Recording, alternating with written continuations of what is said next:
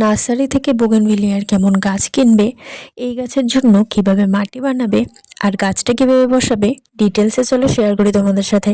আর তোমরা যারা আমার ভিডিও নতুন দেখছো তার চ্যানেলটা সাবস্ক্রাইব করে দিও। এই দুটো গাছ নার্সারি থেকে এনেছিলাম।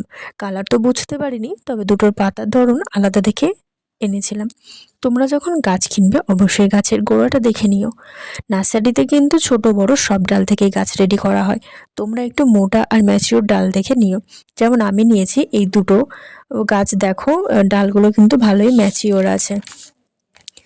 যে গাছটা নেবে তার যেন শাখা প্রশাখার বেশি থাকে সেই হিসাবে নেবে। যেমন দেখো এইগুলো আছে। আর একটা জিনিস যেটা অবশ্যই গাছ কেনার সময় দেখা উচিত, সেটা হচ্ছে যেন গাছে নতুন পাতা গজাচ্ছে এরকমই গাছ নিও। অবশ্যই এইগুলো মেনটেন করো। আমার এই গাছ দুটো সেইভাবেই দেখে এনেছিলাম। এবার মাটিটা দেখে নিই। এখানে কিছুটা নর্মাল মাটি আমি নিয়েছি, তার মধ্যে গোবর সার কিছুটা মিশিয়েছি, কিছুটা বালি মাটি আছে। এইভাবে গাছের মাটি বানিয়েছি। এই মাটিতে গাছটা বসাবো। আমি বালতিতে এই গাছগুলো বসাবো। ড্রেনেজ সিস্টেম কিন্তু অবশ্যই ভালো রেখো। যত ভালো ড্রেনেজ সিস্টেম হবে গাছ কিন্তু তত ভালো হয়।